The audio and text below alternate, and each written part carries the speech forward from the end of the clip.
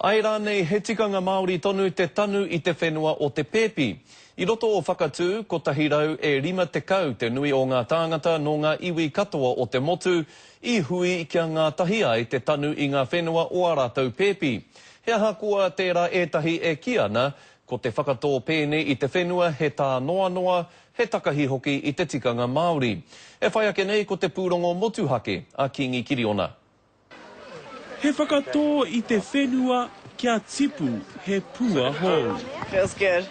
Yeah, it feels peaceful. And I know where all the bits are. Kua te kau marama a Isabel e pupuri ana ki te whenua o tana Pēpi a Anarchy Rose. Koi nei tana Pēpi tuatoru, engari ko te wā tuatahi kua pēnei tia e ia tētahi whenua. Anarchy can go and see it any time and then hopefully she'll want to go and learn more than what I did and just was ignorant and didn't do nothing. Engari tērā pēr kei te ako ia I te tikanga he. Aha kua I whānau mai a Anarchy I whakatū no wāhi ke tōna whāia me tōna iwi. Hei waua te whakai o te ngākau kia tanu mia te whenua o te Pēpi o Iwike ki tētahi whenua o Iwike. E ai kia pau te mara ko te tikanga me mātua whakahoki te whenua ki te wāhi e tanu mia I te Pēpi a tōna wā.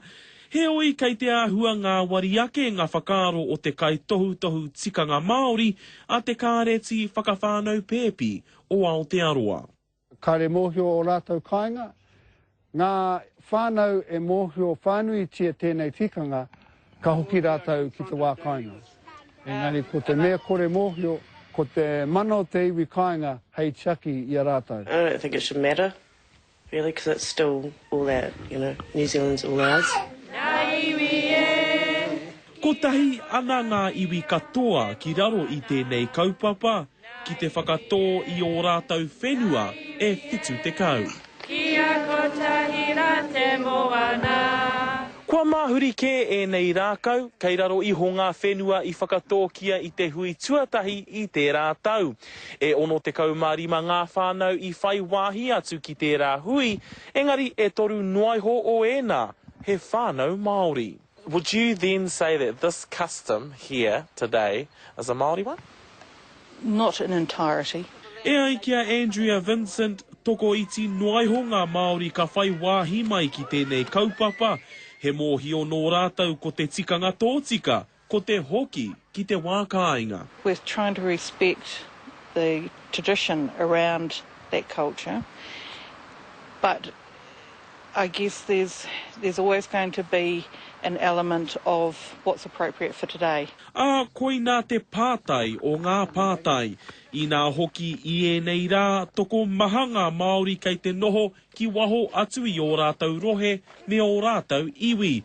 Nō reira ai rānei me takahi aku tikanga kia ora anō ai aku tikanga. Me whakarite tētahi mahi ako I ngā te hunga rangatahi, te hunga mātua e whānau Pēpi mai. Puta tonu mai I te hōhi pera me te whenuara, haere wawe tonu ki te tanu atu I te whenuara. Doing this is going to make our bond stronger. He hononga, he tikanga, e pū nehu ai pia, he tipu hou. Kingi Kiriona, Te Karere.